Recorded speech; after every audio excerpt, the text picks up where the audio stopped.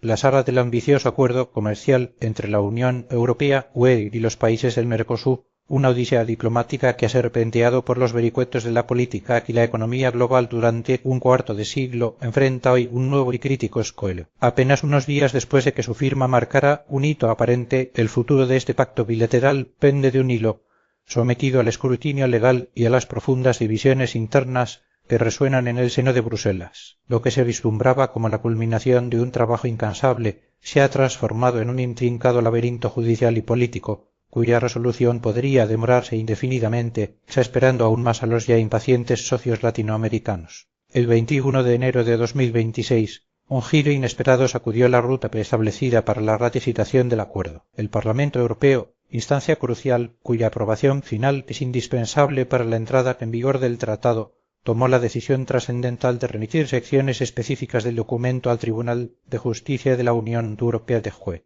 Esta acción, en sí misma un indicador de la seriedad de las objeciones, busca que el máximo tribunal comunitario revise la legalidad de ciertos mecanismos incluidos en el acuerdo, introduciendo así un elemento de incertidumbre legal en un proceso ya de por sí volátil. La medida subraya una desconfianza subyacente y una cautela que amenaza con eclipsar los frutos de décadas de negociaciones. Thomas White, eurodiputado austriaco de los Verdes y voz prominente entre los impulsores de esta revisión, articuló la motivación detrás de la solicitud parlamentaria en declaraciones a Deus doble. Persisten preocupaciones legítimas, preocupaciones legales, y es importante que el Tribunal de Justicia de la Unión Europea las revise y ofrezca asesoramiento sobre cómo abordar estas cuestiones, afirmó White, recalcando la responsabilidad del Parlamento en asegurar la plena conformidad del tratado con la legislación comunitaria. La atención se centra, en particular, en un mecanismo que el Parlamento considera problemático, una cláusula que podría otorgar a Brasil, Argentina, Paraguay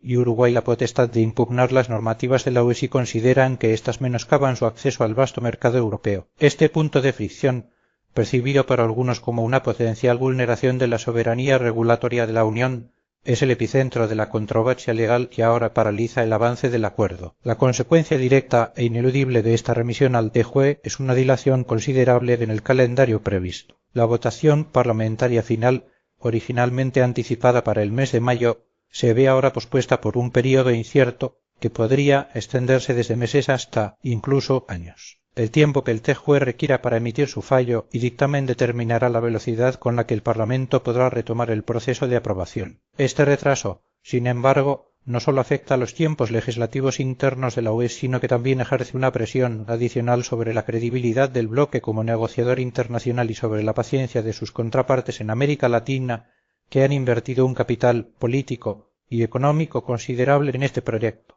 Ante este estancamiento procesal, los defensores del acuerdo con el Mercosur han comenzado a explorar vías alternativas para sortear el obstáculo judicial. La propuesta más contundente que ha emergido es la implementación provisional del acuerdo, un mecanismo que permitiría su aplicación legal sin necesidad de la aprobación final del Parlamento Europeo. Esta idea, aunque controvertida, ha encontrado resonancia en altos círculos políticos. El canciller alemán Friedrich Merz ha sido uno de los principales impulsores de esta solución temporal, argumentando la necesidad de no perder el impulso de 25 años de trabajo. Su postura ha sido respaldada por el Consejo Europeo, que ya ha dado luz verde a este procedimiento, proporcionando un resquicio de esperanza para quienes desean ver los beneficios del pacto materializarse en el corto plazo. Antonio Costa, presidente del Consejo Europeo, ha instado a la Comisión a actuar con celeridad.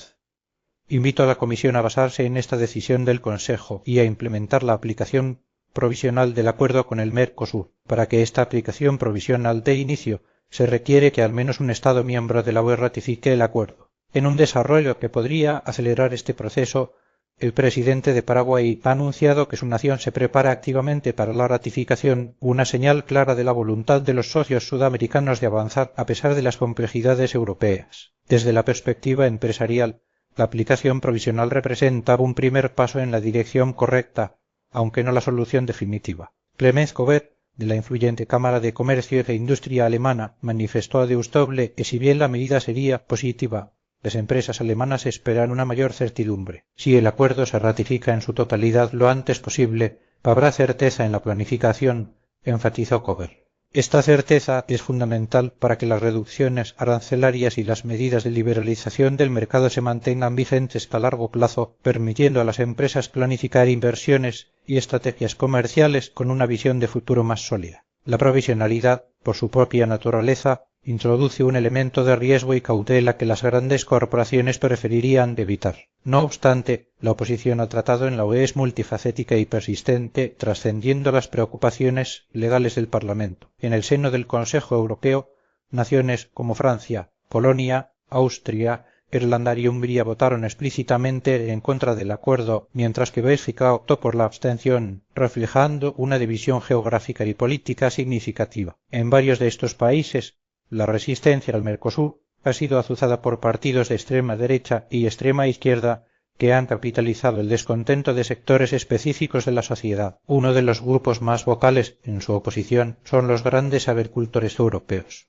Temen que la liberalización comercial inunde el mercado del UE con productos agrícolas latinoamericanos que a su juicio son más baratos debido a menores costes de producción y potencialmente a regulaciones menos estrictas en materia ambiental o de calidad. La Comisión Europea ha intentado mitigar esas preocupaciones, afirmando haber añadido varias salvaguardas al acuerdo para proteger a los productores europeos. Sin embargo, la desconfianza persiste, alimentando un debate que es tanto económico como identitario sobre el modelo de agricultura y consumo que la UE desea promover. Mientras tanto, en la otra orilla del Atlántico, la paciencia de los socios latinoamericanos se agota tras un cuarto de siglo de negociaciones. El presidente paraguayo, Santiago Peña, expresó sin ambages su creciente frustración en una entrevista con Deustoble antes de la votación parlamentaria de la semana pasada. Si retrasan esto aún más, seguiremos adelante, advirtió Peña, dejando entrever la determinación de Mercosur de no supeditar su agenda comercial a los vaivenes internos de la UE. Peña no solo emitió una advertencia, sino que también ilustró la activa búsqueda de alternativas por parte del bloque sudamericano.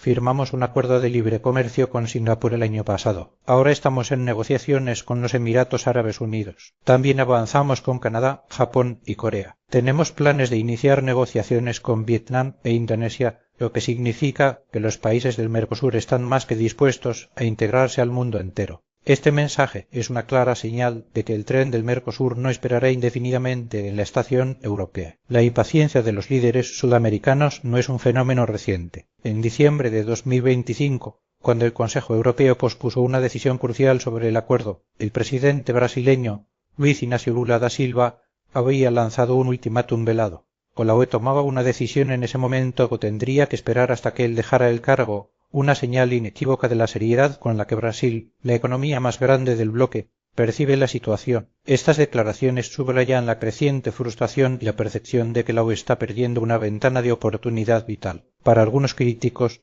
esta última disputa sobre el acuerdo con el Mercosur es sintomática de una división más profunda y creciente entre las propias instituciones de la UE. La desarmonía entre el Parlamento, el Consejo y la Comisión, aunque parte de la dinámica democrática, en este caso ha expuesto vulnerabilidades en la capacidad del bloque para actuar con una sola voz en la escena internacional. Y mientras la Unión Europea se debate en sus divisiones internas y busca consensos esquivos, existe un riesgo tangible de que sus socios latinoamericanos, cansados de la espera y atraídos por otras ofertas, ya estén consolidando alianzas comerciales con otras potencias y bloques económicos, reconfigurando así el tablero geopolítico y dejando a la UE rezagada en una carrera por la influencia global. El futuro de este ambicioso pacto no solo definirá las relaciones comerciales entre dos continentes, sino que también pondrá a prueba la cohesión y la determinación de la propia Unión Europea.